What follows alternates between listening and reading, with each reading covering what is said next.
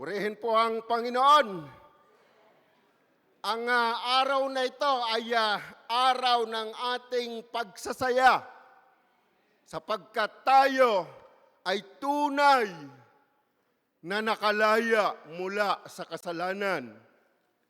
Ang sabi sa ating inawit kanina,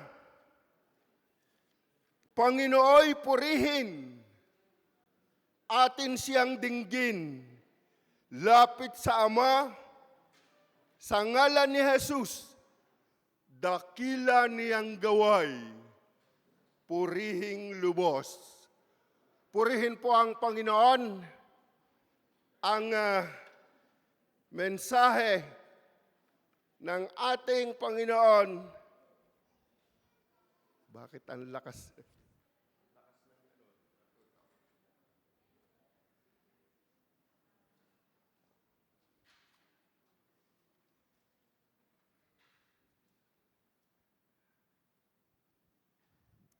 Amen. Medyo nililipad po yung ating kopya. Thank you, Pastor Bob.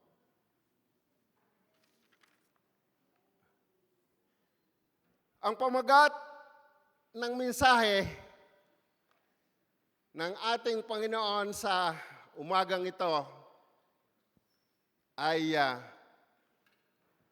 pagbabalik. Handa na ba kayong bumalik sa dating ating unang pag-ibig? Salamat sa isang amen. Handa na ba kayo? Pagbabalik. Ang salita po ng ating Panginoon ay matatagpuan sa mga awit 126, chapter 1, verses 1 to 3. Ito po ang nakasaad sa salita ng Panginoon. Verse 1, nang muling ibinalik ng Panginoon sa Zion ang mga nabihag, parang ito'y panaginip lang. Kami ay nagtawanan at nag-awitan dahil sa kagalakan. At sinabi ng mga bansang hindi kumikilala sa Panginoon, gumawa ng dakilang bagay ang Panginoon sa kanila. Verse 3, totoong ginawan tayo ng dakilang bagay ng Panginoon at punong-puno tayo ng kagalakan. Tayo po'y manalangin namang banal. Maraming salamat, Ama, sa iyong mga salita. Ang iyong salita ay isang pagpapala para sa iyong mga anak.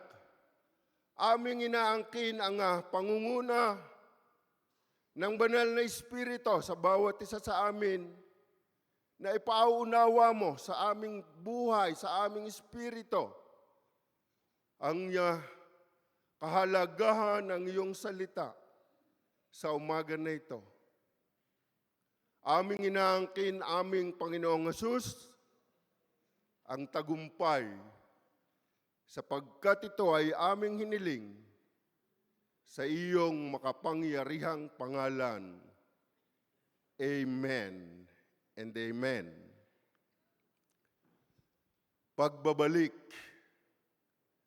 Maraming mensahe ang pagbabalik. Ngunit sa umaga na ito, isang hamon o isang tanong sa bawat isa sa atin. Naroon ba ang ating nasa ngayong 2026 para sa ating mainit na paglilingkod? Naroon na ba ang ating pagbabalik sa ating Panginoon? Ito ay isang awit ng mga manlalakbay nang bumalik sila sa Jerusalem, ang mga Israelites, na sila ay nabihag.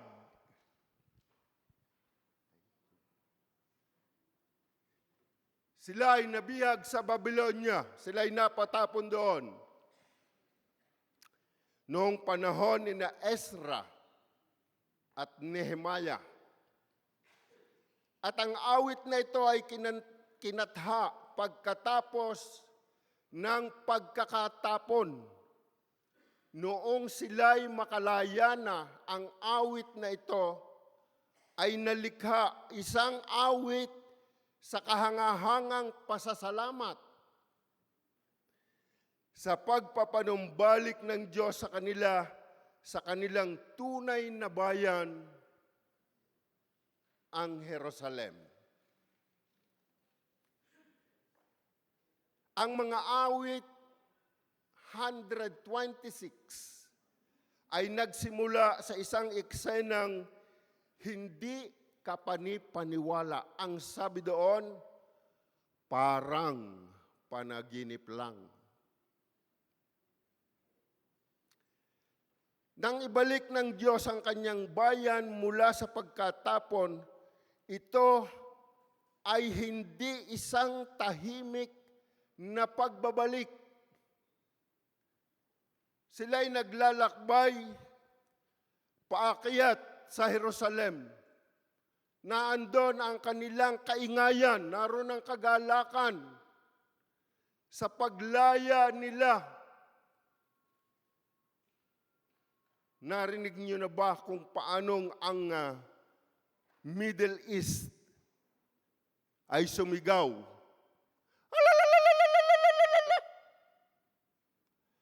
Ganon sila nagpupuri. Ganon sila sumisigaw sa Panginoon dahil sa kagalakan na kanilang naranasan sa kanilang paglaya, sa kanilang pagkaalipin. Hindi isang tahimik na pagbabalik, ito ay isang pangyayaring umaapaw sa kasayahan. Sa ating pagpupuri sa Panginoon, tunay bang nauunawaan natin ang ating pagpupuri? Naroon ba yung galak sa ating puso? Naroon ba yung saya, yung kasiglahan sa ating pag-awit? Ang sinisigawan nila dito ay pagpupuri sa Panginoon. Ang inaawitan natin ng pagpupuri ay Panginoon. Dapat ibigay ng bawat tumanggap ng kaligtasan ang kagalakan na nagmumula sa ating Panginoon. Let your face shine. Maging maliwanag ang ating mga mukha. Walang parang kailan ka darating ang mahal na araw. Maging masaya tayo sa ating pagpupuri. Hindi kapanipaniwalang kagalakan. Hindi kapanipaniwala ang ating kaligtasan. Isang biglaang pagbabago mula sa kawalan ng pag-asa patungo sa makapangyarihang pagpapala. Lahat tayo dito nagmula sa pagiging isang makasalanan, walang pag-asa. Ngunit sa pagmamahal ng Diyos sa Kanyang pagmamahal sa atin, ibinigay ang kaligtasan na dapat ang kaligtasan ito ang magbigay sa atin ng kagalakan, tunay na kagalakan sa presensya ng ating Panginoon. Naging kahanga-hanga ang karanasan ng mga Israelita na kahit ang ibang mga bansa, ang ibang mga tao na nasa paligid nila ay namanghang nagsasabi, Ginawa ni Yahweh ang mga dakilang bagay para sa kanila. Lahat ba tayo dito mga kapatid ay nakaranas ng kakaibang ginawa ng Diyos sa bawat isa sa atin? Amen.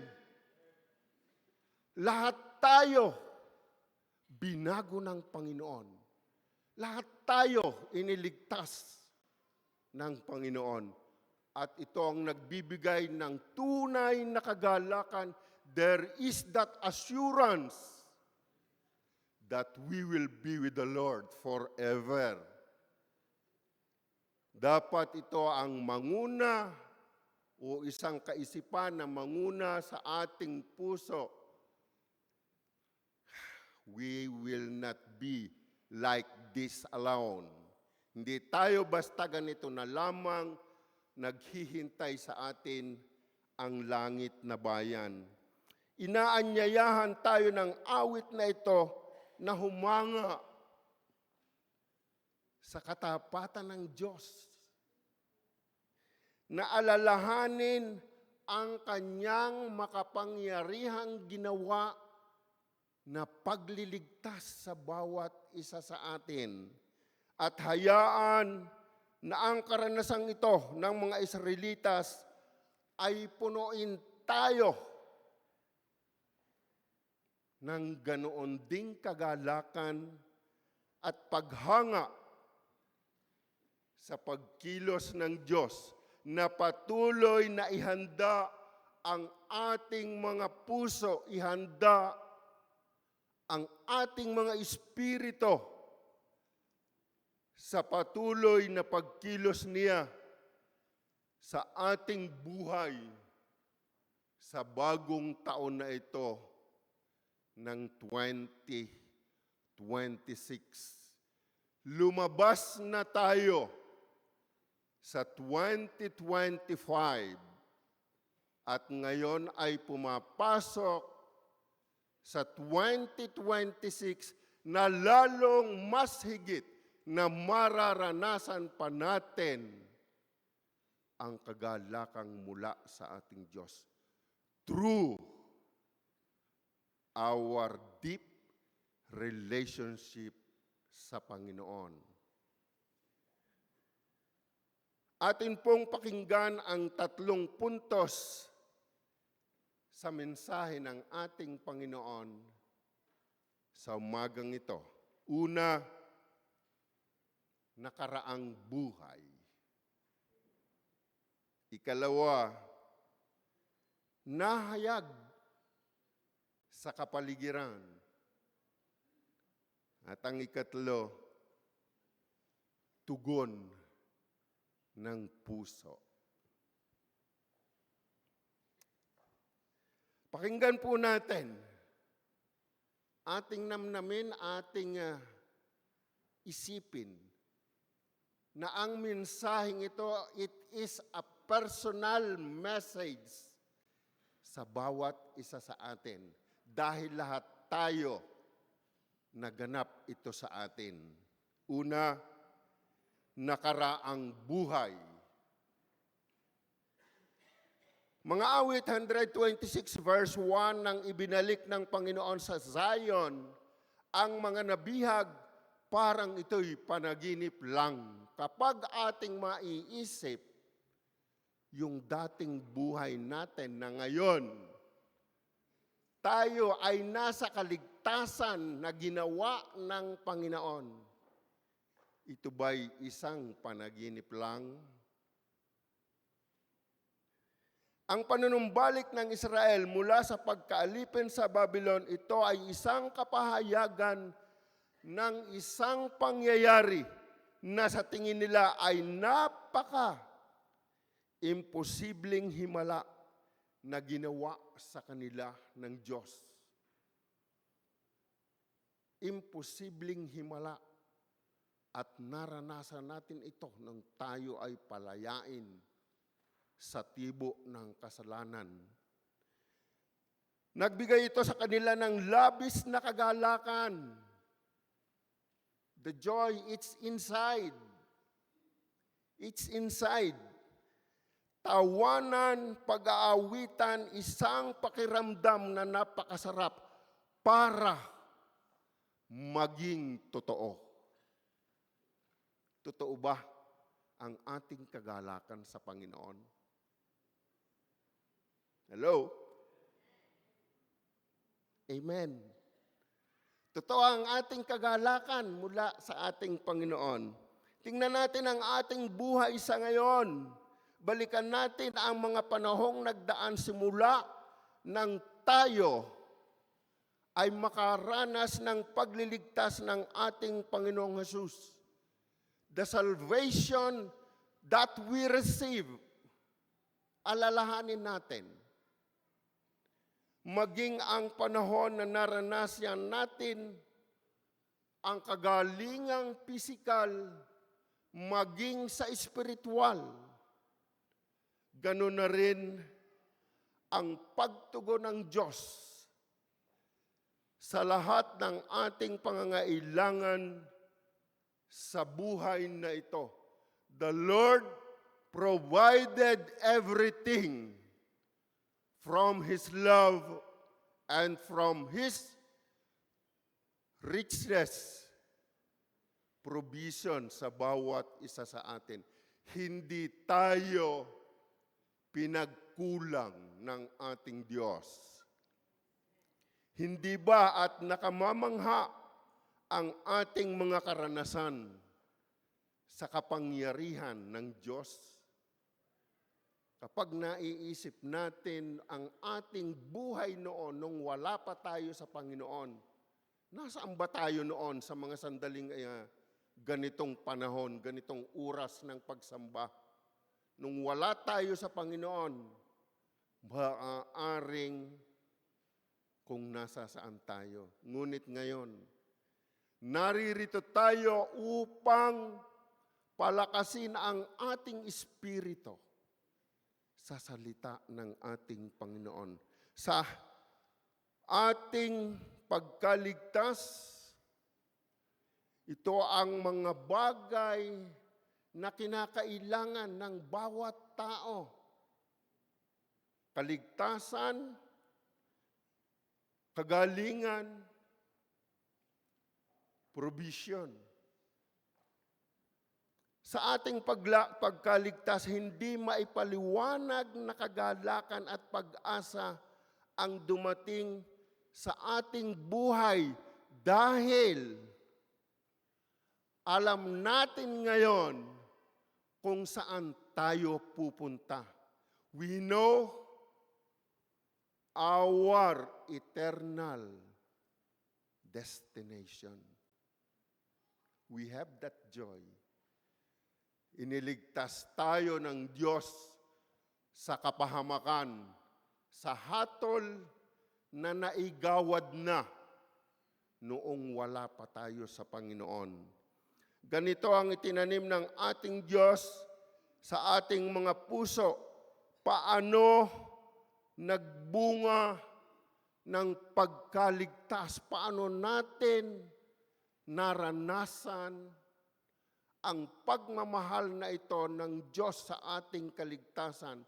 Ang sabi ng kanyang salita sa 1 Peter chapter 1 verses 8 and 9, kahit hindi nyo siya nakita and no one seen Him yet, wala pang nakakakita sa ating Diyos, ay mahal nyo siya at kahit hindi nyo pa siya nakikita hanggang ngayon, sumasampalataya pa rin kayo sa Kanya at nag-uumapaw ang inyong kagalakan na hindi kayang ipahayag ng bibig. Cannot be uttered by our lips yung kagalakan sa ating puso sa pagliligtas sa atin ng ating Panginoon. Nag-uumapaw ang ating kagalakan. Naroon yung ating pagtangis, pag-iyak, paglundag, pagsayaw, pagsasaya. sa presensya ng Diyos nung tanggapin natin ang kaligtasang ito. Verse 9, dahil tinatanggap nyo ang bunga ng pananampalataya nyo na walang iba kundi ang inyong kaligtasan. Tayo lamang po na tunay na kumilala at tunay na tumanggap sa ginawang pagpapatawad, paglilinis ng Diyos ang may ganitong kasiguraduhan.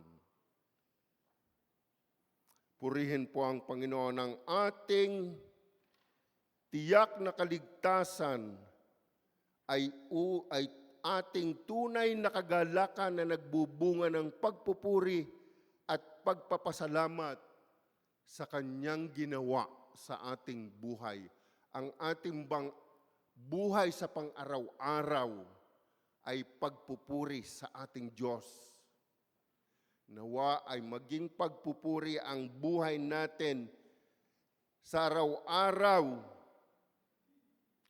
Ating naaalala ang buhay natin nung wala pa tayo sa Panginoon. Kaya nga ang hamon, naisin natin na maranasan din nila silang nasa labas ang kagalakang ito. Maging mainit tayo sa ating pagmimisyon.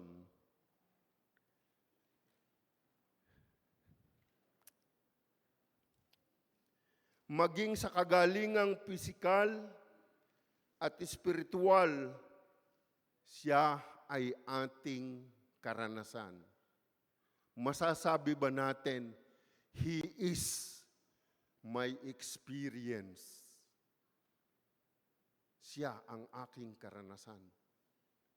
Sa ating pagkawalay sa Kanya, pinanumbalik niya tayo sa piling niya sa pamamagitan ng ating Panginoong Hesus. Ibinalik tayo sa pagmamahal ng Diyos Ama sa Kanyang presensya sa pamamagitan ng ating Panginoong Hesus. At maging sa lahat ng ating pangangailangan, siya ang katugunan. Amen po ba? Sa lahat ng pangangailangan, siya ang katugunan. Kaya nga, ang ating pagkamangha, our amazement, ibinalik ng Panginoon ang mga mabuting kalagayan sa ngayon. At ang lahat ng ito ay hindi panaginip lamang. Hindi po panaginip ang ating buhay ngayon. Ito ay isang katotohanan dahil pinanumbalik tayo ng Diyos sa Kanya. Ikalawa, nahayag sa kapaligiran. Ang atin bang bagong buhay ay hayag sa kapaligiran? Ang sabi sa mga awit 126 verse 2, kami ay nagtawanan at nag-awitan dahil sa kagalakan at sinabi ng mga bansang hindi kumikilala sa Panginoon, gumawa ng dakilang bagay ang Panginoon sa kanila. Gumawa ng dakilang bagay ang Panginoon sa kanila. Yung ating pag-awit kanina, sa ating pagkaunawa sa ginawa ng Diyos sa atin, maibibigay natin ng buong buo ang ating sarili.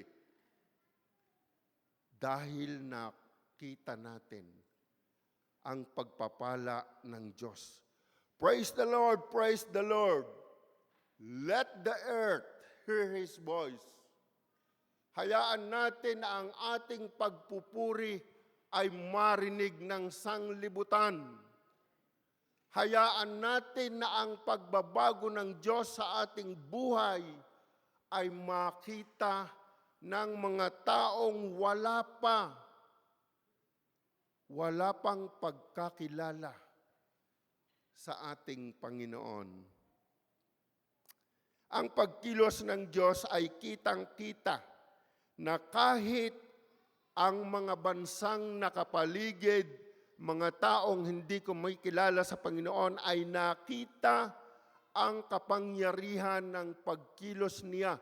Nakita sa kapaligiran ng Israel ang ginawa na pagliligtas ng Diyos sa kanila, sa kanilang pagkaalipin. Hayag na hayag. Hayag ba ang kaligtasan sa buhay natin? At dahil dito ay nahayag ang kaluwalhatian ng Diyos na kanilang nakita sa pamamagitan ng kanyang mga taong pinalaya. Ang ating kaligtasan ay para sa kapurihan ng ating Diyos, hindi nang para sa atin, para sa kapurihan na ginawa ng Diyos sa bawat isa sa atin. Yes, changes in us are for His glory. Ang ating buhay kapag ipinanumbalik ng Diyos at sumunod sa kanyang naisin ay naging isang patotoo sa kanyang kadakilaan sa harap ng mga taong nakamasid. Huwag po tayong pangunahan ng takot. Ang takot po ay pangunguna ng ating sarili.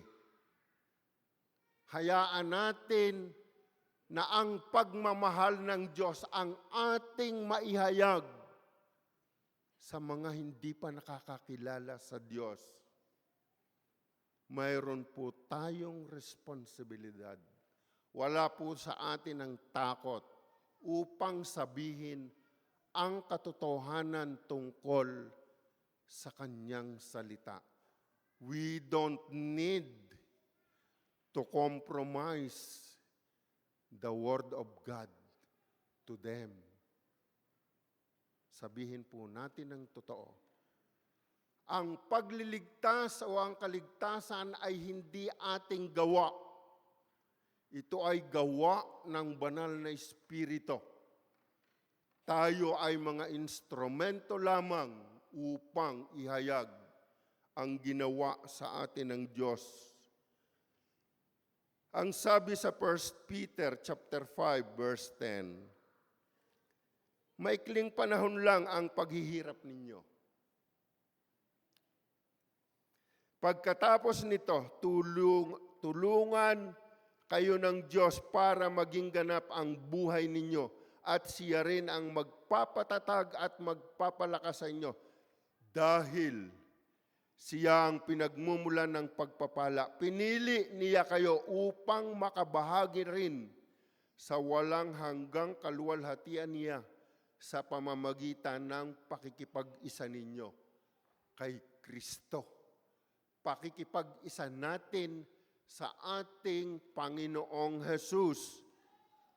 Ang ating buhay sa ngayon ay connected na, nakatalaga na. Gaya ng ating pag-awit kanina sa ating pananalangin, nakatalaga na ba ang buhay natin para sa Panginoon? Hayaan natin na makita, marinig din nila at maranasan nila ang kagalakan mula sa pagkaalipin ng kasalanan. Kaya nga, hayaang mag-umapaw ang inyong kagalakan tulad ng pagtawa at pagkanta Last Wednesday, kami po'y may gawain. Ang Adult for Christ, yung matatanda para kay Kristo dito sa SPBT. Maganda po ang awitin, ang mensahe at isang hamon sa bawat isa. At ngayon ay isang hamon. Kayo ba'y umaawit sa Panginoon?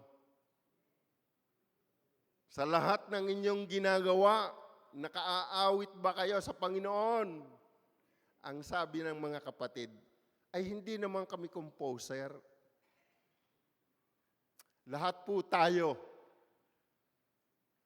may kakayanang umawit sa Panginoon. Ang sabi ko nga, habang tayo'y naglalaba, hallelujah, ako'y naglalaba, hallelujah, ako'y malakas ang katawan. Hindi ba pagpupuri yun sa Panginoon? Ano man ang ating ginagawa, hallelujah, ako'y nag-i-exercise. Purihin ang Panginoon sa lahat ng ating mga ginagawa sa ating buhay. Ipakita ang ginawa ng Diyos. Hayaan nating maranasan ng iba ang ating mga karanasan.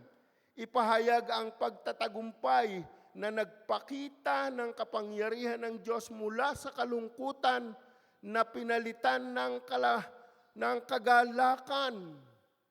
Dati ang buhay natin, hindi maipinta ang mukha. Naroon lagi ang kalungkutan, ngunit ngayon dahil ang Diyos ang nagbibigay ng kapayapaan, ng kagalakan, laging nakangiti. Sabi nga ng aking sister wife, bakit ikaw ay laging nakangiti?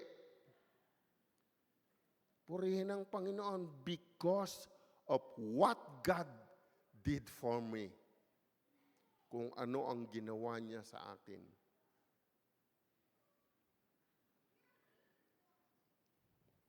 At ipakita ang pagpapalang natanggap, isabuhay ang ating pasasalamat para masaksihan ng iba ang kabutihan ng Diyos na ating tinatamasa.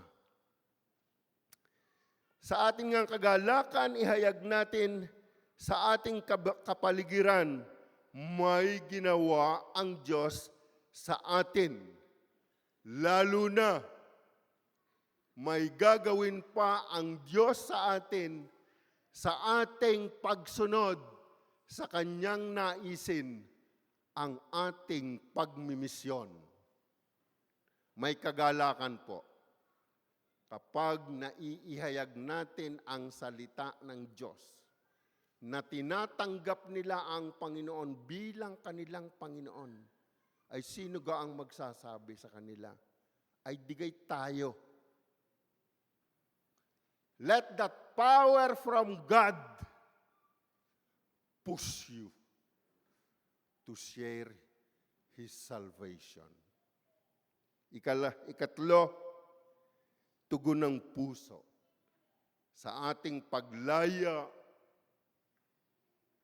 ano ba ang tugon ng ating puso? Ang sabi sa mga awit 126 verse 3, totoong ginawan tayo ng dakilang bagay ng Panginoon. It is past tense, nakaraan na. Totoong ginawan tayo ng dakilang bagay ng Panginoon at punong-puno tayo ng kagalakan. Simula noon hanggang ngayon, ang kagalakan ang naghahari sa ating puso na ito ay umaapaw na dapat ihayag, magalak at magsaya pagkat binago na tayo ng Diyos. Kilalanin ang mga makapangyarihang ginawa ng Diyos sa ating buhay. Tingnan natin ang ating buhay noon. Tingnan natin naman ang ating buhay ngayon. Ano ba? Meron bang pagkakaiba? Meron bang pagkakaiba ang buhay natin noon kaysa ngayon? Alalahanin ang kanyang katapatan na nagbubunga sa isang pag-asa ng kanyang patuloy na kabutihan. Laging ang bawat isa ay ito ang pagpapaalala ng Diyos. Mamuhay tayo, lumakad lagi tayo sa kabutihan ng Diyos sapagkat ang Diyos ay mabuti. Lagi nating naririnig, God is good. Ito ba'y ating tunay na masasabi? God is good in me. Hallelujah. At sa huli, gawing kagalakan sa hinaharap for the future. Sa hinaharap ang mga nakaraang pakikipaglaban sa hamon ng buhay. Be thankful of the past. Ipagpasalamat natin ang ating buhay noon. Buhay na binago ng ating Diyos. Ang mga nabanggit ay isang paalala, isang panawagan na patuloy na papurihan ng Diyos sa Kanyang pagliligtas sa atin.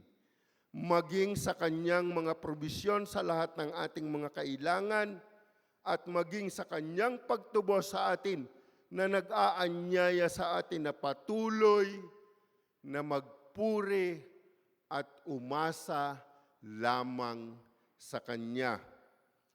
Tayo nga po ay mamuhay para sa Kanyang kapurihan lamang. Ang sabi po sa mga awit 118 verse 24, ito ang araw na ginawa ng Panginoon, kaya tayo'y magalak at magdiwang. Lahat ng araw sa ating buhay ay ginawa ng ating Panginoon para tayo'y magalak at magdiwang. Hanggang patuloy, hangaang patuloy, let us be amazed. Hangaang patuloy ang mga dakilang gawa ng Diyos sa ating buhay, sa pag-alala, sa pagbabago ng ating buhay na pinuno ng kagalakan at saya. Pasalamatan lagi siya kung paanong pinalaya tayo sa ating pagkabihag, pagkalaya sa kasalanan. Yes, totoo po. Ang bawat isa ay laging nagkakasala. Ngunit ang banal na Espiritu ang laging nangungusap, ang laging nangunguna, laging humingi ng tawad sa Kanya. Pinatawad na tayo ng Panginoon from the past, from the present, even from the future. But nawa ay humingi tayo, lahayaan natin ang banal na Espiritu ang siyang manguna. Hayaan natin na maging kaaya-aya lagi tayo sa harapan ng ating Panginoon. Magsayang lagi dahil ang Diyos ay mabuti. Ang katapatan ng Diyos sa Kanyang ginawang pagliligtas ay isang patuloy na pag-anyaya sa atin upang laging magtiwala. The word is trust. Magtiwala sa mga mabubuting bagay na patuloy na darating sa ating buhay. Tayo po ay naroon ang kaganapan ng mabubuting bagay na ito habang tayo ay tunay na sumusunod, habang tayo ay patuloy na nagpapabago sa kanya. Kilanlin na ang kamay ng Panginoon ay sumasa ating buhay. The presence of the Holy Spirit is in us. The Holy Spirit is within us. Tayo, nung tanggapin natin ang ating Panginoong Hesus, ang banal na Espiritu ay nasa atin na. Tayo ay may tatak ng kanyang pagmamay-ari. Isang araw, habang ako ay nagfe-Facebook, dumaan po yung isang advertisement. It's about dry seal. At ako po ay talagang para bang pinanumbalik nung dating panahon. Yung dry seal, mga kapatid, yung pagtatatak sa plano pagkatapos pipirmahan mo. Ay ako po'y nainganyo dahil maganda yung kanyang ginawa. Yun pong aking dry seal. Ako po ay walang kamuwang-muwang. Yung dry seal ay gawa sa sa tingga. Gawa po yun sa tingga. Ay ako po ay sa aking pagpirma sa plano, ako po hindi nagpapabayad. Ang hiningi ko lamang po, ang hinihingi ko ay yung mga lumang sentimo. Luma. Ay bakit ako'y sa aking pagtingin doon sa lumang sentimo, ay inilagay ko sa dry seal. Ano mangyayari doon? Nung aking pisain, ay di nasira. Tayo ay may tatak ng Diyos. Ang banal na Espiritu ay sumasa atin na hindi nawawala. Hindi nasisira. Sa pagdating ng ating Panginoon, ito ang katiyakan na tayo ay sa Kanya. Ang banal na Espiritu ay nasa sa atin. Sa ganitong pag-unawa, ang Kanyang katotohanan sa Kanyang mga pangako ay mapupunong lagi ng kagalakan sa atin. Mayroong tayong katiyakan ng kagalakan dahil naghihintay sa atin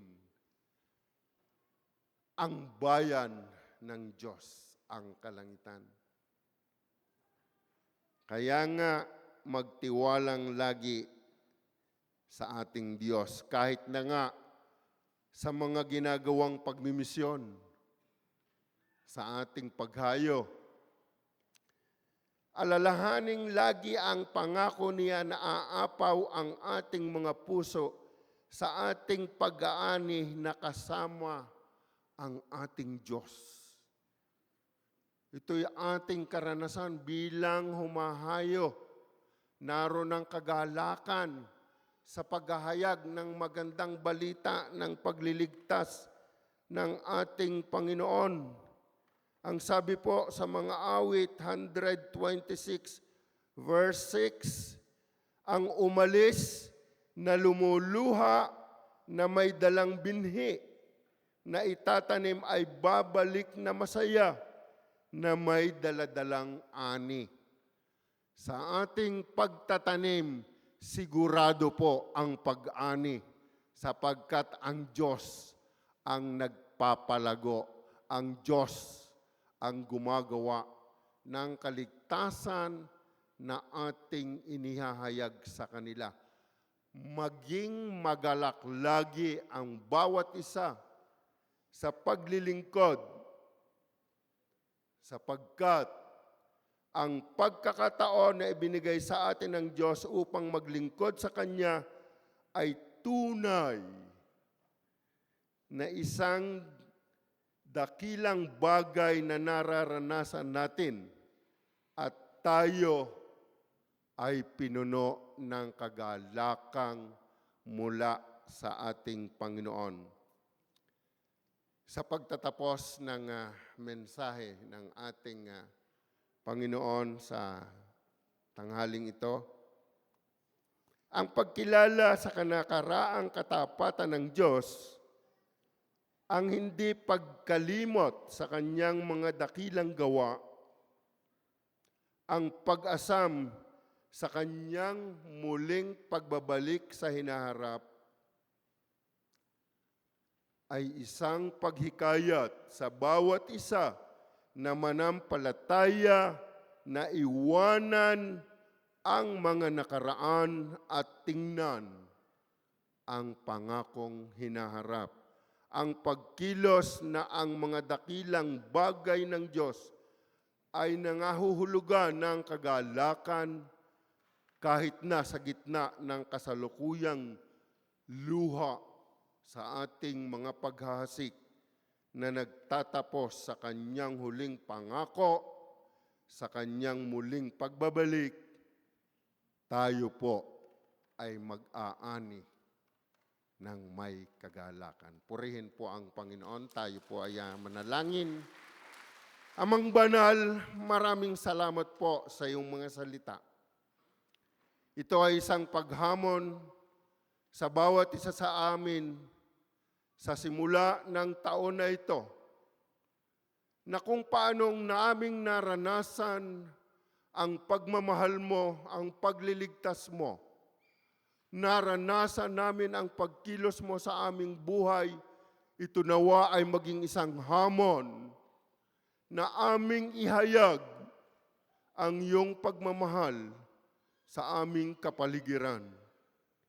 Maraming salamat sa banal na Espiritu na ikaw ang nagbigay, ang nagturo, ang nagkaloob ng mga kagalakang aming nararanasan sapagkat naroon ang aming kasiguraduhan. Kami ay sa iyo. Maraming salamat po, Panginoon. Amang banal, patuloy nawa ang bawat isa na naririto. Mangusap ka pong lagi sa kanila sa pamamagitan ng iyong mga salita. Natanggapin nila ang hamon na paggamit sila sa iyong gawain upang marami pa ang maligtas. Salamat sa kagalakan na aming naranasan. Salamat sa kagalakan ng kasiguraduhan. Salamat na ang aming Diyos na aming pinaglingkuran ay tapat sa aming buhay. Ang papuri ay sa iyo, Ama, sa tanging pangalan ng aming Panginoong Hesus. Amen and amen. Purihin po ang Panginoon.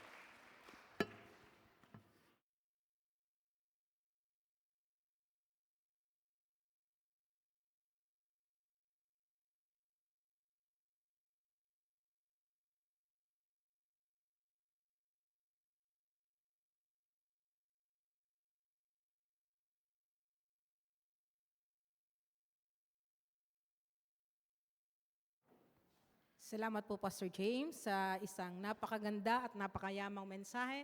Natunay nga po na maging masaya tayo sa ating paglilingkod sa ating Panginoon. At ngayon po tayo po ay dadako sa isa pang bahagi ng ating pagsamba. Ito po ay ang pagbibigay ng ating mga handog at kaloob. At bago po natin ito tanggapin, ay atin muna po itong ipanalangin. Tayo po ay manalangin. Salamat po, Panginoon, sa pagkakataong ito, Panginoon, na kami sama-sama sa lugar na to, sama-sama kami sumasamba at nagpupuri sa dakilang pangalan. Salamat din po, Panginoon, sa pribilehiyo na kami makapapagbigay ng aming mga kinikita, ng bahagi ng aming kinikita, Panginoon. Tunay, Panginoon, na yung tinatanggap namin, Panginoon, ito ay galing sa iyo. Kaya marapat lamang na ibalik namin ang para sa iyo, Panginoon. Salamat po, Panginoon, sa kalakasan ng mga katawan namin, kung bakit kami nakakapaghanap buhay. Salamat po, Panginoon, sa mga hanap buhay namin, Panginoon. Salamat po, Panginoon, na po-provide dito ang pangangailangan namin sa bawat araw, Panginoon. Kaya lahat ng ito ay pinupuri ka namin, Panginoon. Ipinagpapasalamat namin sa iyo, Panginoon. Salamat sa pag-iingat mo sa mga naghahanap buhay, Panginoon, na dito man sa aming bansa o sa labas ng bansa. Sila man po, Panginoon, nasa lupa o nasa karagatan. Panginoon, salamat. Iniingatan mo ang bawat isa sa kanila, ang bawat isa sa amin, at patuloy mong iingatan, Panginoon. Kaya naman sa lahat ng ito, ang papuri ibinabalik namin sa iyo. Ibinabalik namin yung bahagi na para sa iyo, Panginoon. Nang sa ganun ito'y magamit, Panginoon, sa mga gawain para sa iyo. Para sa lalo pang ikalalawak na iyong gawain. Para sa mga outstation, Panginoon. Sa mga mission, O Panginoon. Sa